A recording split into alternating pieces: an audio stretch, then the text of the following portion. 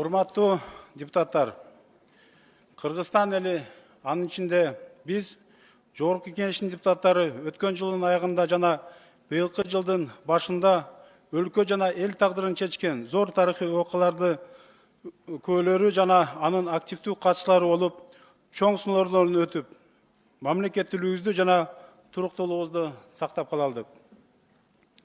Ушул жылдын 10 январында Кыргызстанда мөөнөтүнөн мурда президенттик шайлоо жана өлкөнү башкаруу формасын аныктоо боюнча референдум болуп өттү. Кыргызстан эли Жапаров Садыр Нуркожоевичке зор ишеним көрсөтүштү. Ал шайлоочулардын басымдуу көпчүлүгүнүн добушу менен Кыргыз Республикасынын президенти болуп шайланды жана элибиз президенттик башкаруу формасын тандашты. Кыргызстан эли башынан далай оор сыноолорду, тар жол тайгак кечилерди өткөргөн, эркиндикти туу туткан, азаттыкты самаган, чындык жана адилеттүүлүк үчүн тайманбай күрөшкөн баатыр эл. Анын ачык далили 2005 жылкы март, 2010 жылкы апрель жана 2020 жылы 5-6 октябрда болуп өткөн окуялар. Кыргызстан ушул жылдын 10 январында президенттин шайланышы менен өзүнүн тарыхын жаңы барагын баштады. Кайра жаралууга, жаңыланууга жол алды. Мына ушулар Кыргыз Республикасынын Жогорку Кеңешинин алдында да жаңы милдеттерди коет.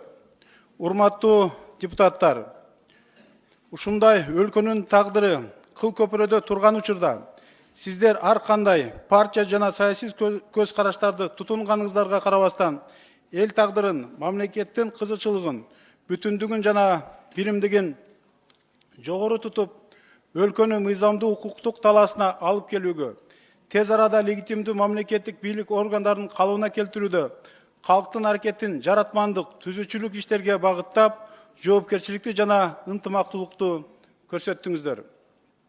Өлкөбүздүн эртеңки өнүгүүсү, шыдыр жолго түшүүсү үчүн жасаган ушул аракеттериңиздерге жана колдооңуздарга терең ыраазычылык билдирем.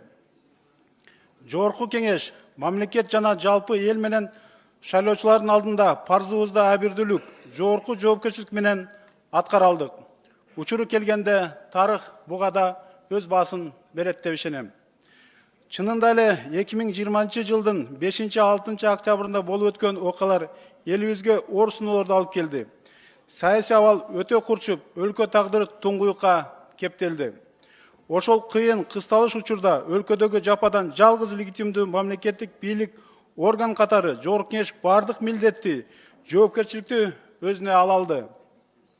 Өлкөдө баш аламандыкка, талаптануучулукка жол бербөөгө, мамлекеттик жана өзүн өзү башкаруу органдарынын ишин тез арада жөнгө салуу, саясий жана экономикалык туруктуулукту калыбына келтирүү, тирешүү, чыңалууну басаңдатуу, бардык жерде мыйзамдуулукту орнотууга багытталган чараларды көрө алды. Мына ошондой кырдаалда сиздер, урматтуу депутаттар, мага чоң ишеним көрсөтүп, Жогорку Кеңештин төрагалыгына шайладыңыздар жана Кыргыз Республикасынын Конституциясынын 68 беренесинин талаптарына ылайык президенттин милдетин аткаруу мага жүктөлдү. Мына ошондой мен сиздердин колдооңуздар менен мага жүктөлгөн кызматтык милдетимди, жоопкерчиликтүү аткарып, бардык аракетимди өлкөдөгү саясий экономикалык абалды турукташтырууга, мамлекеттик органдардын иш аракетин жандандырууга, эл аралык мамилелерди жөнгө салууга, мөөнөтүнөн мурда белгиленген шайлоону жана референдумду таза, ачык өтүшүнө бардык аракеттерди көрдүк. Сиздер менен, урматтуу депутаттар, ошондой татаал, кыйчалыш кырдаалга, кыйынчылыктарга чогуу туруштук бердик. Бардык жүктү биргелешип көтөрө алдык. Мамлекет эл тагдырын чечкен, саясий экономикалык кризисти жеңилдеткен жана башка ченемдик укуктук актыларды өз убагында кыска аралыкта кабыл алып бердик. Өлкөбүздүн туруктуулуктун, экономиканын өз нугунда өнүгүшүн, эл чарбасынын калыбына келиши, эл аралык мамилелерге алыскы жана жакынкы өлкөлөр менен алакага эки тараптуу келишимдерди так аткарылышын жана ыраттуу жүзөгө ашырылышын да камсыз кыла алдык. Жогорку Кеңеш өлкөдөгү абалды турукташтырууга түздөн түз таасирин тийгизген чечимдерди, мыйзамдарды жана бир катар эл аралык келишимдерди ратификацияланган мыйзамдарды кабыл алып берди. Эл аралык маселелер боюнча эки тараптуу сүйлөшүүлөр жана жолугушуулар жүргүзүлдү.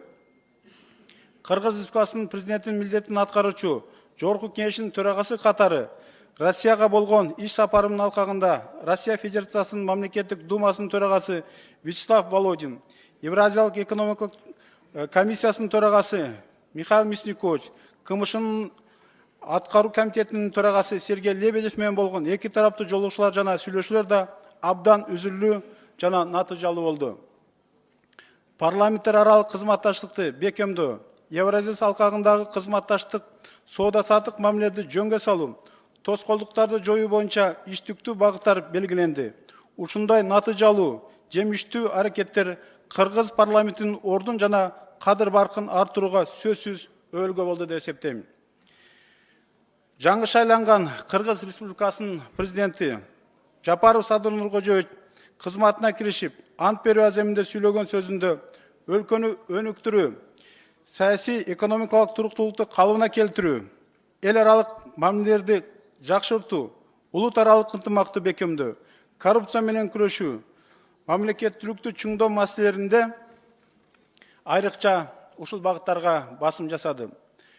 Бардык саясий күчтөрдү, мамлекеттик органдарды түзүүчүлүк иштерге чакырды. Бул багыттардагы алгачкы жарлыктарын жарыялады. Жаңы шайланган президентибизге чоң ийгиликтерди каалап, мамлекетти адилеттүү башкарып, жалпы элибиз үчүн ак жолтой болушун каалаймын. Ошону менен бирге, Жогорку Кеңештин алдында да ушундай жогорку милдеттерди жүзөгө ашыруу зор жоопкерчилиги турат. Өз ыйгарым укугубуздун чегинде өлкө үчүн керектүү ченемдик укук актыларын кабыл алуу менен мезгилдин өктөм талабы менен кошо мындан ары да максатташ болобуз деп чын дилимден ишенемин. Элибизде зарыл болгон мыйзамдарды кечиктирилбестен өз убагында кабыл алууга жетишип, тарых жана шайлоочулар алдындагы парзыбызды абердүүлүк менен өтөп, эл ишенимин актап, жүзүбүз жарык болушун баарыбызга каалаймын. Кыргызстан жападан жалгыз баарыбыздын сүйүктүү мекенибиз. Анын келечеги өзүбүздүн колубузда. Ынтымак болсок, бардык тоскоолдуктарды татыктуу өтүп, элибиз менен чогуу ийгиликтерге жетебиз. Дагы бир жолу колдоо көрсөткөн жалпы кыргызстандыктарга жана урматтуу коллегалар сиздерге ыраазычылык билдирем. Чоң рахмат сиздерге.